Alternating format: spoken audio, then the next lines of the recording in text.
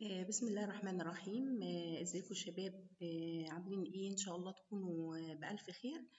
دلوقتي احنا هنكمل باقي التشيست اكزامينيشن، وهنكمل النهارده auscultation of the chest. لما باجي اعمل auscultation للتشيست انا بعمل auscultation للفرونت، auscultation للاكزيلا، واuscultation للباك. بس في 3 حاجات مهمه. اول حاجه الاكزامينر هيقف فين، الحاجه الثانيه البيشنت وضعه ازاي، والحاجه الثالثه الاكسبوجر هيبقى ازاي. الاكزامينر وانا بعمل اوسكالتيشن بيبقى واقف على الرايت سايد بتاع البيد او على الناحيه اليمين بتاعه البيشنت. لما باجي اعمل اكزامينيشن، طب البيشنت وضعه يبقى ازاي؟ هو بينام في السوباين بوزيشن والارمز بتاعته بتبقى سلايتلي ابدكتد، لان انا بحتاج ان اسمع الاكزيلا. الاكسبوجر بعمله من ابتداء من الويست وبطلع ابورد زي ما احنا شايفين في الصوره دي معانا. auscultation of the back، هفحص الباك ازاي؟ البيشنت بيقعد في السيتنج بوزيشن وبيعمل كمان فولدنج للارمز بتاعته across the chest wall، ولو قدر يحط اليديه تبقى موجوده على الاوبزيت شولدر يبقى كويس زي ما احنا شايفين بالوضع ده. طب الاكزامينر مكانه فين؟ هو هيبقى behind البيشنت من ميد لاين بوزيشن. لما بعمل auscultation للتشست في ايتمز بمشي عليها. اول حاجه types of breath sound، intensity of breath sound. كمان بشوف الادفنتيشيوس ساوند او الادد ساوند. يعني ايه ادفنتيشيوس او ادد ساوند؟ هي اصوات طبيعي هي مش موجوده. لو في باثولوجي موجود في اللنج هبتدي او البلوره هبتدي اسمع الاصوات دي. في حاجة كمان اسمها الكوندكتد فويس أو الفويس ساوند أو بيسموها الفوكال ريزونانس. يعني أنا هسأل البيشنت إن يبتدي يتكلم وأنا هسمع الصوت ده بالسماعة. منها البرونكوفوني، حاجة اسمها ويسبرنج بكترولوجي والإيجوفوني. الويسبرنج بكترولوجي والإيجوفوني إحنا هنأجل الكلام عنهم السنة دي، مش هنتكلم عنهم. رقم 5 بشوف حاجة اسمها الديسبنساين وحاجة اسمها السبيشال اوسكالتاتوري تيست، برضو دول أنا بأجلهم لسنة 5. في تكنيك للأوسكالتيشن. أول حاجة بعملها إن أنا ask the patient to take deep breath، بخلي البيشنت ياخد نفس عميق in and out، ياخد نفس ويتخرجه، ياخد نفس ويخرجه. بس هياخده منين؟ هياخده من الماوس. دي لازم أول ما هسمع البيشنت بقول له ان انت هتاخد نفس عميق داخل خارج ومن الماوس. طب بسمع بايه؟ بسمع بالدايفرام بتاع الاستيتوسكوب، والاهم حاجه ان انا اكون حطاها كويس على التشست وول. بعمل اوسكالتيشن للفرونت، اللاترال، التشست وول، وبعمل اوسكالتيشن للباك. ببدا منين؟ ببدا من الايبكس وابتدي اقارن سايد تو سايد، اقارن ناحيه من الناحيه الثانيه. المفروض ان انا ببدا بالهيلثي سايد لو انا عارفاه، لو مش عارفه ممكن ابدا اقارن اليمين بالشمال. مهم ان انا لما اسمع اريا لازم اروح اسمع الاريا اللي زيها بالظبط في الناحيه الثانيه عشان اتاكد اقارن الاثنين ببعض. بسمع اثناء الانسبيريشن والاكسبيريشن اللي موجود. اذا لقيت اي ابنورماليتي موجوده لازم اقول هي موجوده في انهي اريا. يعني هي موجوده في الانفرا رايت انفرا كلافيكولار اريا، موجوده في الليفت ميموري اريا. لازم احدد الابنورماليتي موجوده في انهي اريا بالظبط. بسمع البريث ساوند والانتنسيتي اوف بريث ساوند، وبسمع كمان الادد ساوند. زي ما احنا شايفين ده شفناه طبعا الكلام ده في البالبيشن، وشفناه في البركشن لما كان بيوريني ان انا بقارن الارياز ببعضها ازاي. وانا هعيد على الكلام ده تاني في الاوسكالتيشن بس بعد شويه. هنا زي ما احنا شايفين هو بيسمع اريا بيروح قصادها في الناحيه الثانيه يسمع الاريا اللي قصادها بالظبط. اول حاجه اللي هي التايبس اوف بريث ساوند.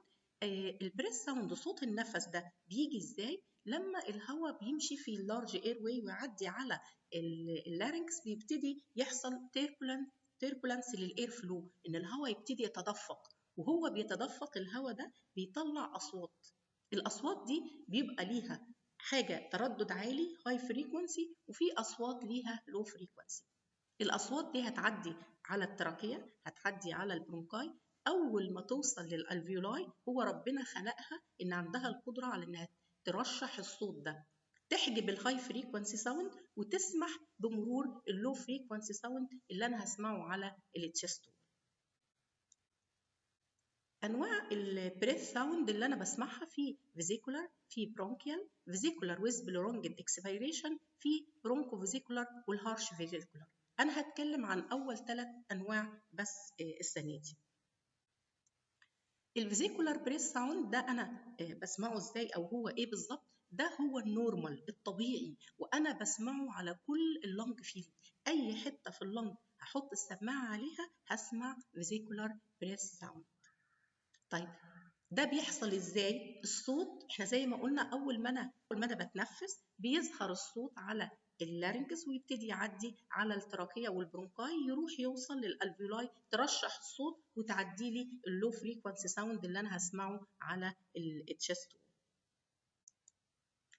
ايه خصائص الفيزيكولار بريث ساوند؟ ده سوفت يعني ناعم، ليه لو بيتش، كمان بيقولوا هو زي الراستلينج اوف دراي ليفز، زي الهواء لما بيحرك الورق بتاع الشجر، او بيقولوا عليه ان هو بريزي ان كاركتر، يعني عامل زي صوت النسيم بالظبط. في علاقه ما بين الانسبيريشن والاكسبيريشن، ان الاكسبيريشن قصير فبلاقي الريشيو ما بين الانسبيريشن للاكسبيريشن هي 3:1. كمان مفيش جاب موجودة بين الانسبيريشن والاكسبيريشن، لازقين في بعض زي ما احنا شايفين في الصورة اللي معانا دي.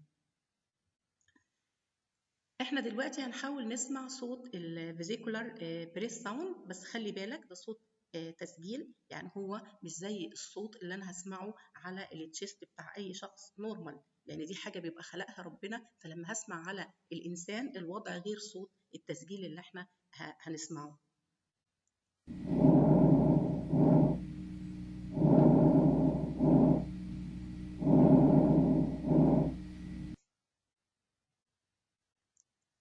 طيب هنشوف النوع التاني اللي هو البرونكيال بريث ساوند. ده صوته بيبقى هولو. يعني ايه هولو؟ كأن ان انا جبت انبوبة ونفخت فيها، وده صوته بيبقى لاودر اعلى، وكمان البيتش بتاعته بتبقى هاير اعلى. لما باجي اخد علاقة الانسبيريشن والاكسبيريشن ببعض هما الاتنين قد بعض، في جاب موجودة ما بين الانسبيريشن والاكسبيريشن. البرونكيال بريسنج ده طبيعي اسمعه على اللارنكس والتراكية، ده المكان الطبيعي بتاعه. لو سمعته في اي حتة تانية على التشست وول لا، يبقى ده يعتبر ابنورمال. طيب وبسميه باثولوجيكال، لو انا حطيت على اللنج وسمعته المفروض ان انا ما الاقيهوش، انا بلاقيه بس على اللارنكس والتراكية. إذا سمعته في أي حتة تانية يبقى معنى كده ممكن يكون البيشنت عنده consolidation أو عنده cavity surrounded by consolidation على الأبر border of the pleural effusion. أسمعه في حالات الفايبروزيس لو في collapse with patent bronchus، يعني اللنج collapsed لكن البرونكس مفتوحة عشان تعدي الصوت. طب أنا بسمع البرونكيال بريس ساوند ده ليه؟ ده بسمعه لأن الألفيولاي فقدت قدرتها على الفلتريشن، ما تقدرش، فقدت الفلترنج كاباسيتي بتاعتها، ده هي بتاخد الصوت زي ما هو على اللارنكس تجيبهولي وتسمحهولي على التشست وول. البرونكيال بريس ساوند ده ليه أنواع إن شاء الله ناخدها في سنة 5. يعني أحاول أسمع البرونكيال بريس ساوند.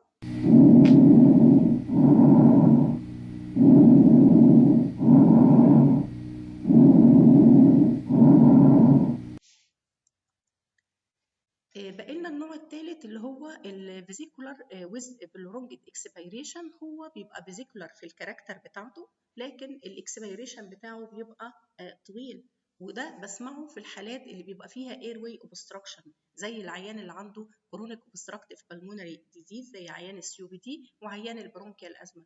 هو نفس طبيعي فيزيكولار، بس كل الحكايه بسبب الاوبستراكشن الموجود عنده الاكسبيريشن بتاعه بيزيد. intensity of breath sound، أنا بسمع الفرونت زي ما قلنا، وبسمع اللاترال تشيست وول، وبسمع الباك، وببدأ دايما من الإيبكس وأقارن الناحية بالناحية التانية. لما باجي أسمع الفرونت أنا مش بحط السماعة في أي حتة، بحطها في الميد كلافيكولار لاين وابتدي اقارن سوبرا كلافيكولار اللي هي اريا 1، انفرا كلافيكولار دي اريا 2، ميموري اللي هي عباره عن اريا 3، انفرا ميموري دي اريا 4. الاكزيلا واخده الاريا 5 اللي هي الابر اكزيلا، اللور اكزيلا واخده الاريا 6. برضو في الاكزيلا بسمع في الميد اكزيلاري لاين. لما باجي اشوف الباك بسمع على السوبرا سكابولار اريا اللي هي اريا 1. الانتر سكابولار اريا هنا ما اقدرش اعملها اريا واحده لان دي مسافه طويله والسماعه بتاعتي صغيره، فانا باخد لها 2 اريا اللي هي اريا 2 واريا 3. الانفراسكابولار اريا برضو دي مسافه واسعه جدا، فبتاخد اريا 4 و5 و6 و7. اهم حاجه لما تقارن اريا تروح تقارنها بالاريا اللي قصادها الناحيه الثانيه. النورمال ان انا بلاقيه ايكوال على الناحيتين، اي اريا هسمع اللي قصادها هلاقي الصوت واحد زي بعضيه. ممكن يبقى فيه diminished breath sound على ناحيه، اي ديزيز موجود في ناحيه ممكن يقلل صوت النفس في الناحيه دي، زي امثله مثلا لو في pleural effusion، لو في نيموثوركس، لو حصل فايبروزس، او لو حصل lung collapse. رقم 3 اللي هي الادفنتيشيوس ساوند او اللي بنسميها الادد ساوند. الادد ساوند في من رونكاي، في منها كريبتيشن والبلورال رب. دي اصوات طبيعي ما اسمعهاش. لو اي حد فينا راح يسمع حد اخوه او اخته في البيت او راح يسمع نفسه مش هيلاقي الرونكاي والكريبتيشن والبلورال رب طالما الشخص ده سليم. نبدأ الأول بالرونكاي. الرونكاي دي عبارة عن إيه؟ اللي هي صوت الصفير. دي عبارة عن continuous musical sound due to partial airway obstruction. هي بتحصل ليه؟ الصوت ده اللي بيحصل narrowing للإيرويز، البرونكاي بتبتدي تضيق، فبلاقي الهواء لما بيعدي فيها بيعمل صوت الصفارة اللي بتستمع. ممكن تكون سيبلنت يعني صوتها عالي اللي هي بيبقى ليها هاي بيتش، ودي عاملة زي المفصلة بتاعت الباب لما تزيق، افتحك الباب وهو المفصله بتاعته مش متسلكه هتلاقي تسمع صوت تزييقه وانت بتفتحه وصوت تزييقه وانت بتقفله. في كمان السونورس، وده البيتش بتاعتها بتبقى له صوتها تخين، عامله زي ما يكون واحد بيشخر بس انا بسمع صوت الشخير ده في التشست.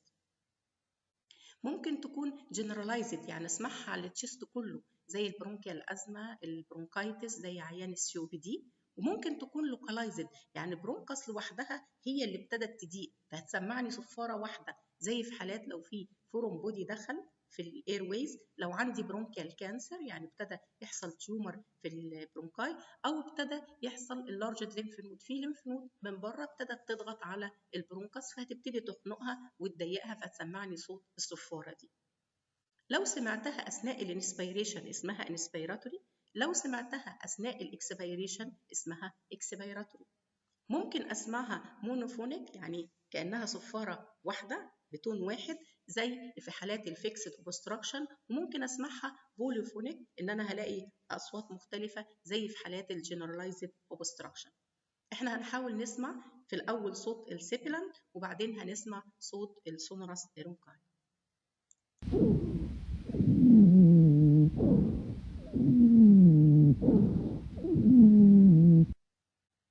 ده صوت السيبيلانت.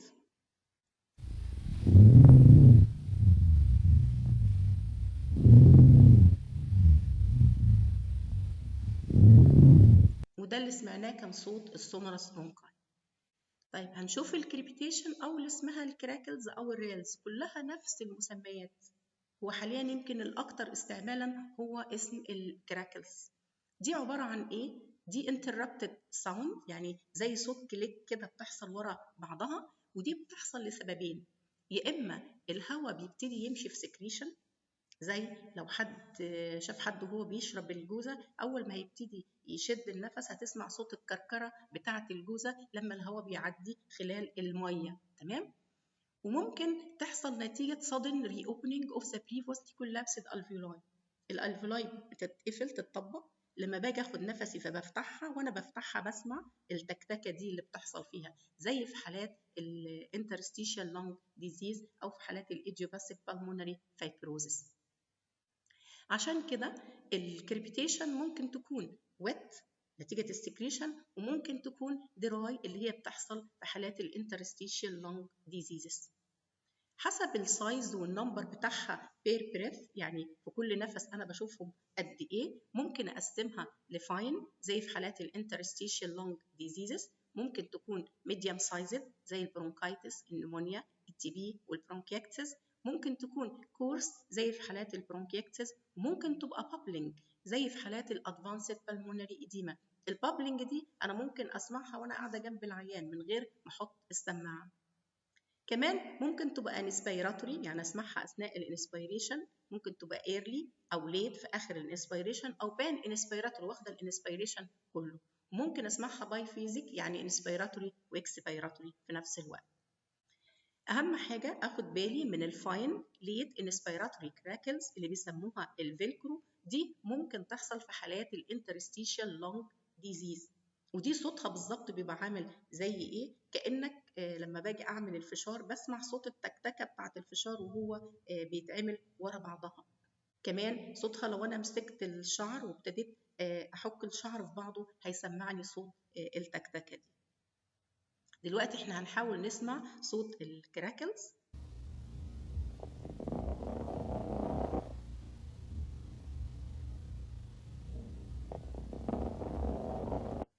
نشوف البلورال رب. ايه البلورال رب؟ هو ده عبارة عن superficial leathery friction sound occurring to and fro during both inspiration and expiration. هو صوت احتكاك حتى بتسمعها على نهاية الانسبيريشن وبداية الاكسبيريشن. اهم حاجه الصوت ده ما يتغيرش بالكحه، لو البيشنت ابتدى يكح هتفضل برضو سامع الصوت زي ما هو. ده بيحصل ليه؟ بيحصل لان البيشنت بيكون عنده دراي بلوريسي، بيحصل انفلاميشن في البلورا، فالبلورا هي اصلا حاجه ناعمه سموث، لما بيبتدوا الباريتال والفيسرال بلورا تبقى انفلام فيبتدوا يحكوا في بعضهم هيعملوا صوت الفريكشن ساوند ده. البيشنت هيقول لك دايما انا عندي بين، لان مع الدراي بلوريسي البيشنت هيشتكي من بين، احط السماعه اسمع صوت البلورال رب. كمان الصوت ده ممكن يزيد مع الديب بريسنج، لما البيشنت يبتدي ياخد نفس عميق، او لو انا ابتديت اضغط بالسماعه هسمع الصوت ده اوضح ما يكون. يبقى هو هيحصل في حالات الدراي بلوريسي، وممكن كمان يظهر معايا امتى حصل دراي بلوريسي، سمعت البلورال رب، ابتدى يتجمع بلورال فلويد، يعني حصل بلورال افيوجن، يختفي البلورال رب لان الميه هتمنع الاثنين بلورا انهم يلمسوا بعض. لما يبتدي يحصل ابسوربشن وريزوليوشن البلورال افيوجن، يعني العيان يتحسن، ممكن يبتدي يظهر مره ثانيه البلورال رب. انا هحاول اعمله الصوت ده، صوت انا عاملاه بالورقه، ان انا ماسكه الورقه وبحاول اخلي الورقه طرفينها يحكوا في بعضهم، هو انا بسمع صوت زي كده بالظبط. الجزء الرابع اللي هنتكلم عنه اللي هو الكوندكتد فويس، او اسمها الفويس ساوند، او اسمها الفوكال ريزونانس، ايا كان المسمى بتاعها. هو البيشنت هيتكلم وانا هسمع صوت الكلام ده على التشست وول، زي بالظبط لما عملنا التكتايل فوكال فريمتس، ان احنا كنا بنخلي البيشنت يقول 4-4 وانا بحس بايدي. هنا هخليه برضو يقول 4-4 بالعربي، او يقول 99 بالانجلش وانا هسمع بالسماعه. بس اخد بالي من حاجه، لما بتسمع بالسماعه لازم تقارن كل اريا بالاريا اللي قصادها. فاكرين الارقام اللي حطيناها؟ كل اريا اسمعها، اروح اسمع الاريا اللي قصادها واشوف في اي ابنورماليتي موجوده ولا لا. نورمالي انا بلاقي الناحيتين زي بعض. لو الصوت بتاع الفوكال ريزونانس ده ابتدى يعلى يبقى ده بيسموه برونكوفوني. يبقى لو انا سالت ايه معنى البرونكوفوني، دي معناها انكريز في الفوكال ريزونانس. طب ايه الحاجات اللي تخلي الفوكال ريزونانس يعلى او يبقى عندي برونكوفوني؟ نفس الاسباب اللي بتخلي التي في اف تعلى، زي الكونسوليديشن، زي لو في كافيتي سراوندد باي كونسوليديشن. طب ايه الحاجات اللي تخلي الفوكال ريزونانس يقل، يعني الاقي الصوت ده ضعيف؟ زي نفس الاسباب اللي خلت التي في اف تقل، هي نفس الاسباب. مثال مثلا لو في بلورال افيوجن، لو في عندي نيموثوركس، لو في عندي سبيس اوكيباينج ليشن.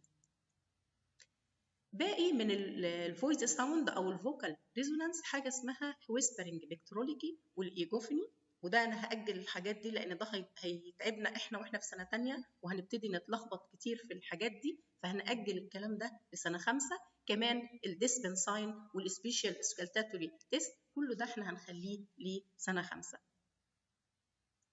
خلي بالك من حاجه مهمه جدا، الاصوات اللي احنا سمعناها دي مش هي بالظبط نفس الصوت اللي انا هسمعه على الانسان، لان الانسان ده ربنا خلقه فهو عامل اصوات موجوده فيه طبيعيه هتبقى مختلفه عن صوت التسجيل اللي احنا بنسمعه ده. برضو هتلاقي حضرتك معاك فولدر موجود فيه بعض الاصوات، لكن برضو خلي بالي ان الصوت على الانسان هيكون اوضح بكتير من الصوت اللي انا بسمعه في التسجيل. الحاجة المهمة اللي عايزة حضراتكم تحاولوا تسمعوها دلوقتي وتخلي ودنك تعتاد عليها، انك انت لازم تسمع الفيزيكولار بريث ساوند. اسمعه ازاي؟ ان انا هستأذن حد من اخواتي في البيت، اذا كان ولد يستأذن اخوه، اذا كانت بنت تستأذن اختها، واسمع بالسماعة للتشيست وول، ده الفيزيكولار بريث ساوند.